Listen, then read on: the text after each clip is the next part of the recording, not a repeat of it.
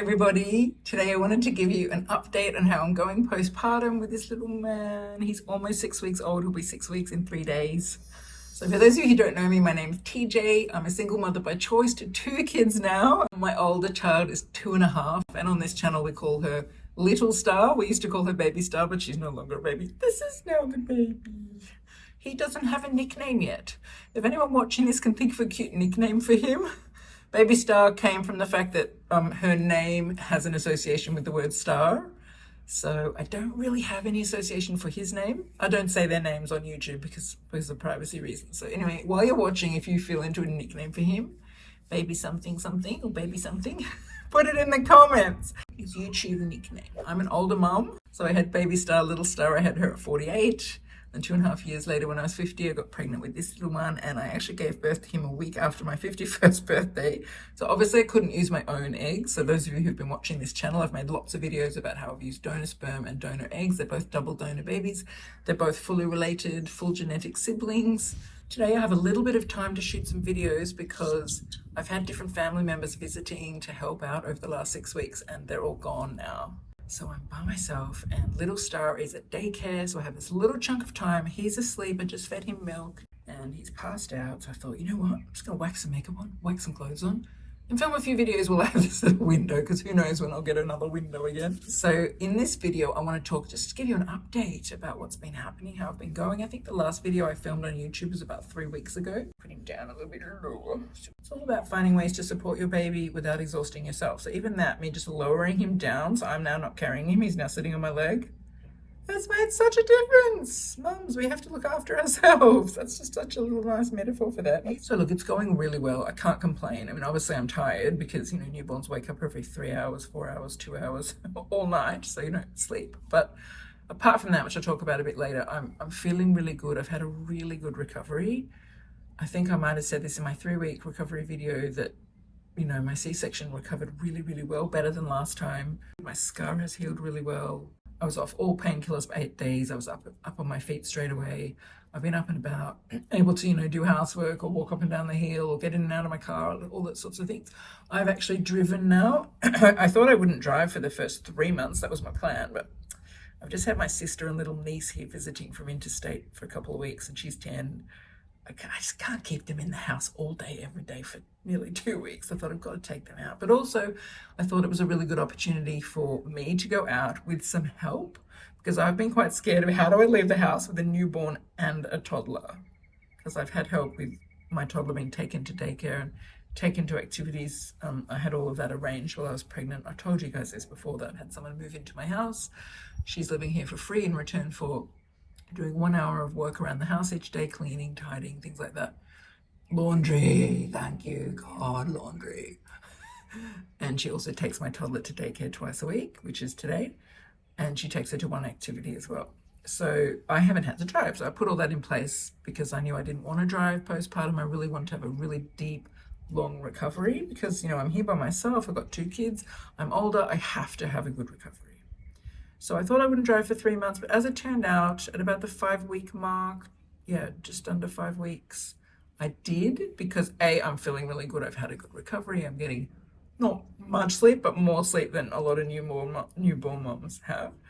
And I had my sister and niece here, and I thought, this is a chance to go out of the house.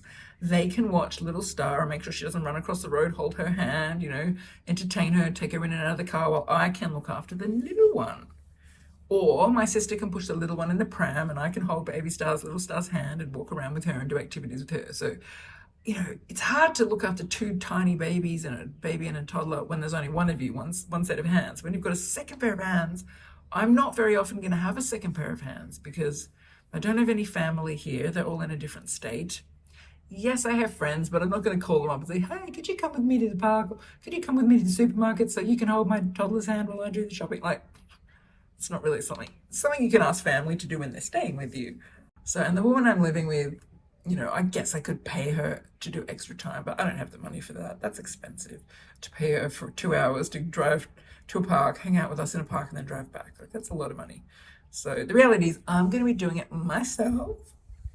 So I thought, you know what, while I have an extra pair of hands, let's go out. So we actually went out, I think 3 or 4 times in the last week before they went home. They've now flown back to where they live. They flew back yesterday. It was really nice. And he's so easy, this baby at the moment. Well, they sleep all the time at this age. He's just started waking up. I think 2 days ago, he started waking up. We were out and about. We'd gone to this thing. And the previous trips we had done in the preceding 3 or 4 days had been so easy because I put him in the car seat. He slept the whole way in the car. It's like a half-hour drive. Where I live, it's a half-hour drive to anywhere. Slept for half an hour, then put him in his pram. The first time he'd ever been in his pram, his stroller, whatever you call it. Different countries, we call it different things. In Australia, we call it a pram. And walked around, went to cafe, whatever we did with my sister and my niece. He slept in the pram. Came home, he slept in the car seat again.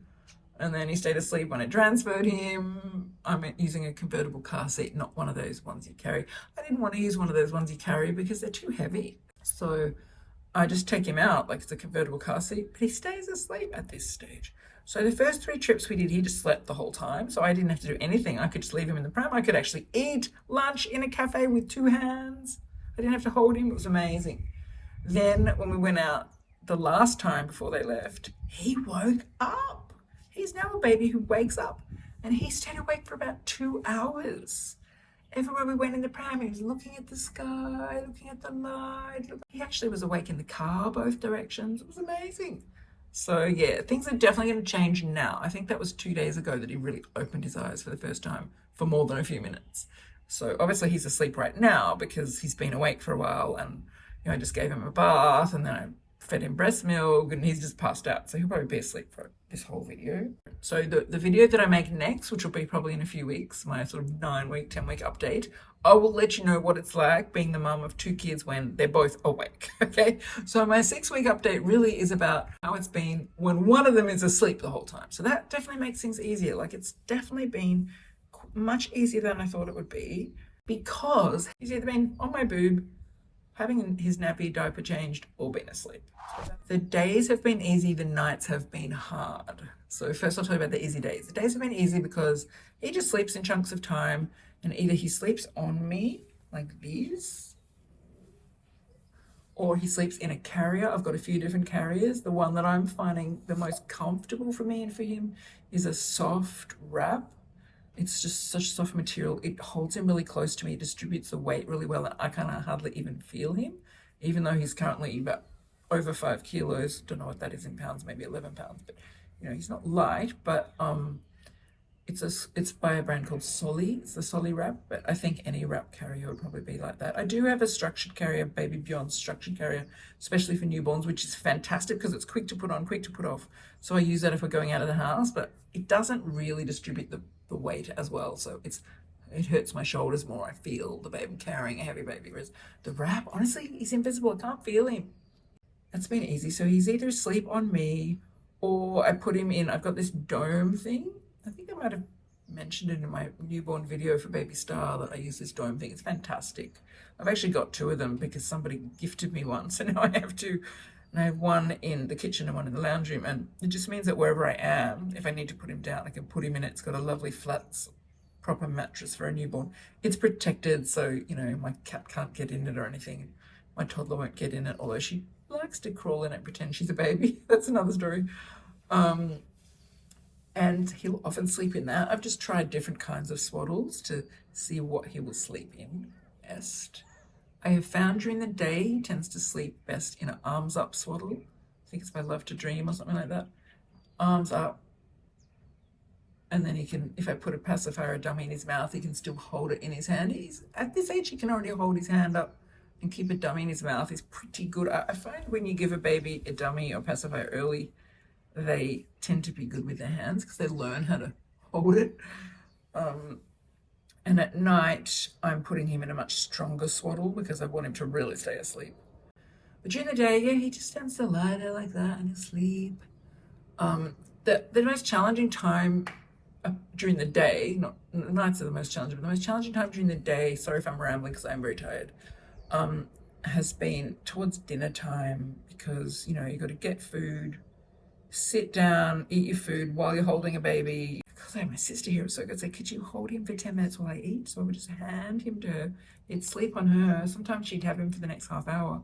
I could sit and eat. I could go and get food for my toddler. My toddler never eats the same dinners as me at the moment. She doesn't actually want dinner. She just wants to snack all night. So every 20 minutes she'd say, Mommy, I'm hungry. And then my sister or my niece would get up and get her food and I could stay sitting holding the baby. So it was so good having them here. It's going to be very different now they're gone. Last night I had my first night without them, or without anybody really, because before them I'd had my sister and before that I'd had my dad. And we did okay. I just had to be really organized. I had to, because I like to, at the moment, don't judge me. At the moment, I like to eat dinner on the couch. I have this little round individual couch on my little couch while I watch a show. Because my only downtime in the entire day is 1 hour at night when I eat dinner and I watch a TV show. Baby Star, Little Star, she knows that Mummy watches her show then. And she either plays running around the room or she reads a book, or sometimes I let her watch something educational on the iPad. She calls it Mummy Show. She says, we're doing Mummy Show. I go, yeah, we're doing Mummy Show. So she just entertains herself for that hour and I usually watch a show. But now I've got him. I have him on me because I'm not going to like put him down somewhere for an hour where I can't see him. There's not really anywhere I could put him in that room. So he stays on me. Then I was like, how am I supposed to eat? I can't ask my toddler to go and get my dinner for me. I can ask my sister, can you go and get the dinner off the stove and heat it up and bring it to me in a plate? And she would do that, but I can't have my toddler do. So I kind of had to like bring my meal with me, wait till it cooled down, try and eat it with one hand, with the tea towel so I didn't spill it while I'm holding him. And then my toddler's running up to me constantly, Mommy, I want feed, Mommy, I want feed. And I'm like, oh my God, how is this going to work over the next few months? I don't know. I just have to be really organized, I think, next time and bring a whole lot of toddler snacks with me, put them in the area where the couch is, bring my own dinner, bring any snacks I might want, like pre-prepare the whole hour before I sit down. Luckily, I only usually sit down for an hour and watch one show. When my sister was here, they wanted to like watch movies and watch lots of TV marathons. We would be there for hours, but that was okay because my sister or my niece could go and get stuff. For me, I only do 1 hour, one episode of something. Last night I watched Outlander. I have headphones on so my toddler can't hear anything, which means if there's a fighting scene or something, she's not looking at the screen because she's reading a book or on her iPad or playing with toys and she can't hear it. So that's been my tip. When my sister was here, obviously we couldn't use headphones because I've only got one set of headphones. So we had to have the TV on, which meant we had to pick very innocent things to watch because if my toddler can hear it, she will look up and look at the screen. I don't want her watching sexy stuff or violence. So but it's been really good having family here. I have to say I did not have family here when I had Baby Star, other than a couple of weeks when my dad was here when she was a bit older. I really did that whole thing by myself, which was fine. Like I'm realizing today I'm here with him by myself. There's no one here. There's no toddler. I can handle this fine. Just one baby. But when there's two, and one of them is a demanding toddler who's 2.5, which all toddlers are at that age, you really do need help. I found that I did need help. I need someone to entertain her or get her food while I'm looking after him, or someone to hold him while I'm playing with her, cuddling her to sleep, things like that. But the days have been pretty good. Hello, little man. It's so funny how I call him little man because I didn't call Little Star little woman. I didn't go, hello, little woman. Isn't it weird how we call the boys little man? The nights have been the hardest part for me. Definitely. I mean, I knew the nights would probably be hard, but the nights are long. You know, there's this saying like with children, like the days are long and the years are short. Well, I would say the nights are long, the days are short, the years are really short. The nights are just so long when you're alone in a room with a toddler and a newborn and they both go to sleep at different times, they wake up at different times, one of them cries, wakes the other one up, like it's just full on. I'm going to make another video next after this one all about how Baby Star, Little Star has adapted to having a little brother, how she's handled becoming a new sister, because that's a whole separate topic. And she has handled it really well, but it's still been a big change. And I think the biggest impact on her has been at night because she's used to me cuddling her to sleep. She normally falls asleep in my arms. She has her hand on my chest. And we cuddle, and when she falls asleep, I ninja out of the bed and I go and do stuff. I get work done. I, clean the house, I call friends, whatever. I do stuff in the evenings. I do not waste that time watching television. I watch my TV when she's awake. Second she's asleep, I'm in do mode, work mode, whatever. You all know that. I edit these videos at night. I do everything for my online community at night. I do all my other projects at night. I do everything at night. Yeah, so I'm used to cuddling her to sleep. But how can I cuddle her to sleep when I have a newborn to look after? So it means I have to become like a time master. I have to try and time it. So he's asleep in the bassinet. He's been fed, he's been cuddled, he's been bounced, whatever he needs to do, he's been burped, so that then I can put him in the bassinet so that he's asleep. So then I can lie down on the floor bed. I have a floor bed in my room with her and she can fall asleep. And the theory is he's asleep in the bassinet, then I cuddle her to sleep on the floor bed, then I get up and go to sleep in my bed, which is a much softer bed, a bigger bed. It's not on the floor, it's a proper big bed, and it's next to the bassinet. So I can lie in my soft, comfortable bed, I can look over at my baby who's asleep next to me in the bassinet, and I can look across the room at my little toddler who's fast asleep, snoring her head off, who I don't have to worry about because she's 2.5 and she's a good sleeper.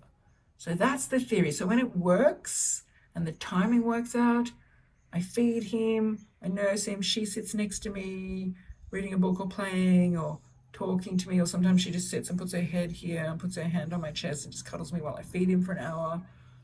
And then I get him ready to sleep. I put him down into his bassinet. He's fast asleep. Then she and I cuddle on the bed for 20 minutes. She falls asleep. I ninja out of there. I go to my big bed. I fall asleep. We're all asleep. Everything's good. I'd say that happens maybe every 3 or 4 nights that happens. But most times it doesn't work like that. So like last night, I'll give you an example. I thought that was happening. He was asleep in the bassinet.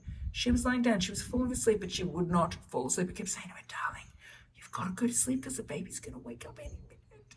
She did not fall asleep. She was talking, she was giggling, she was almost asleep, and then she'd start talking again. I was like, oh my God.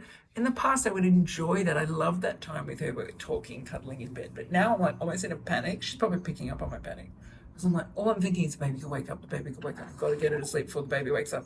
Because if I don't get her to sleep, then they'll both be awake and I will never get to bed and I will not get sleep and I need sleep, I need sleep, I need sleep. All I'm thinking is, gotta get her to sleep before the baby wakes up, otherwise I'm not going to get any sleep. And that's what was happening last night. I'm like, I'm going to get her to sleep, I'm going to get her to sleep, I'm going to get her to sleep. Of course, she's probably picking up on my anxiety.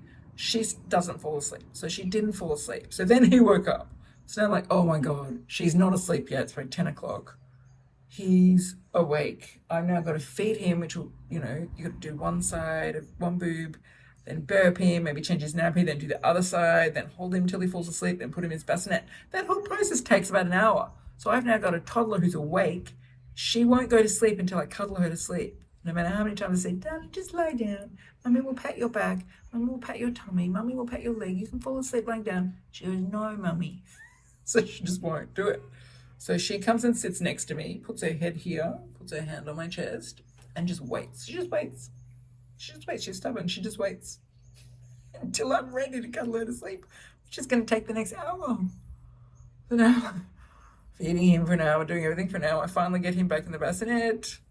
Then she's ready to go to sleep. She passes out, and then I can finally go to bed. But it's like that. And then sometimes if he wakes up in the middle of the night, which of course he will 3 hours later for a feed, and he cries, usually she stays asleep through it. But every now and then she does wake up, and then I'm like, oh God, now I've got 2 awake children in the room.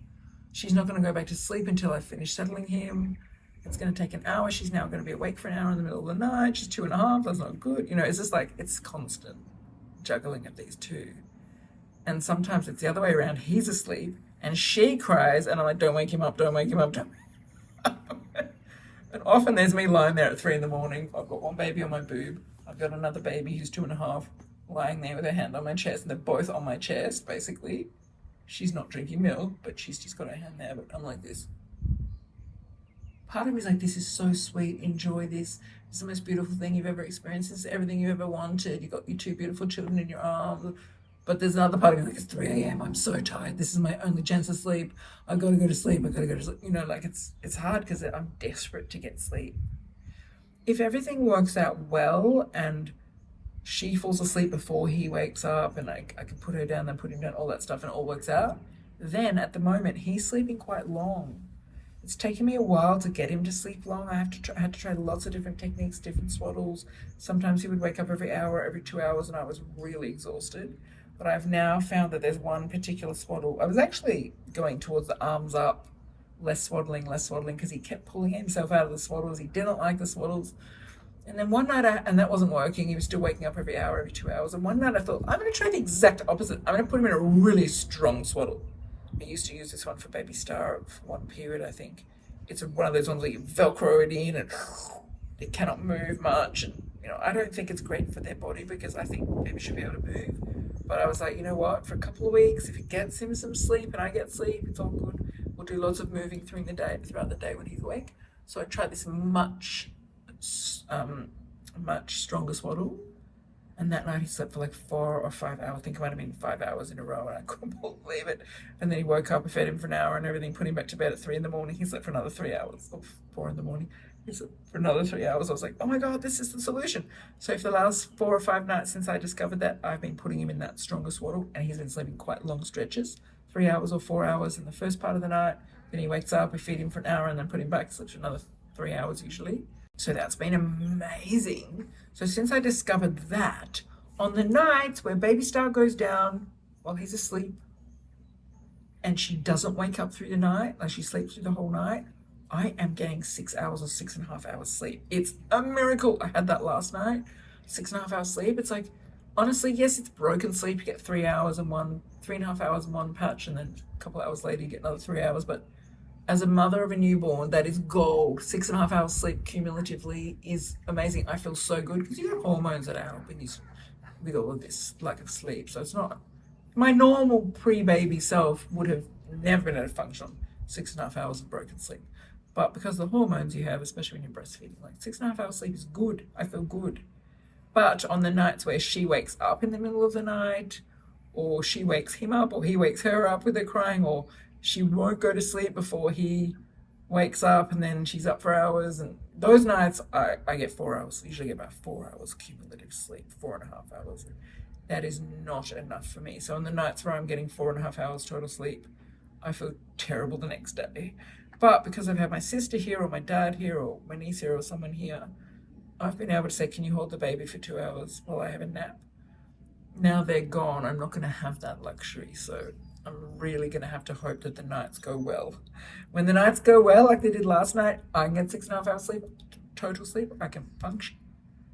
The days where baby Star, little Star is at daycare like today, I could be having a nap right now. I don't need it because I had good sleep. Let's say I'd had a bad sleep last night, I would be sleeping right now when he's asleep because I don't have to watch a toddler. On the days, so that's 2 days a week. The other 5 days a week when she's home or we're doing stuff with her, I won't have that luxury because I won't have someone. I'm never going to go to sleep while one of my children is awake. I know some people do that. They stick their child in front of the TV and they have a nap.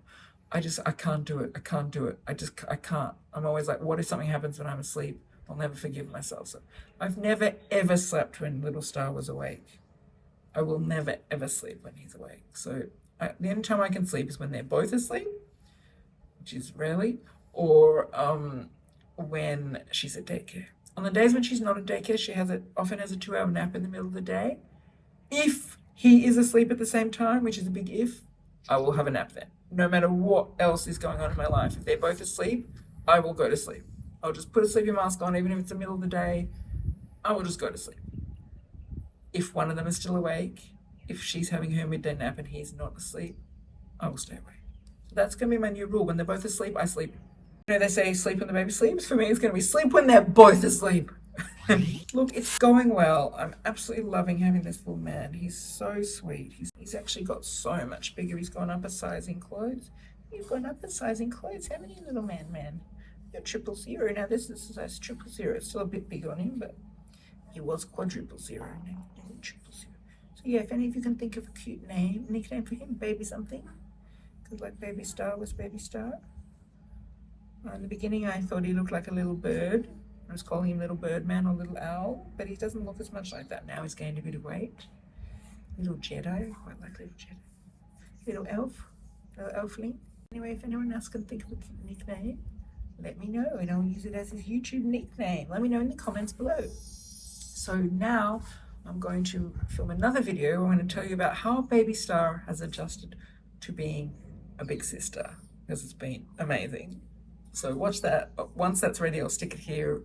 You can watch it. Okay, guys. Thanks for watching. See you soon.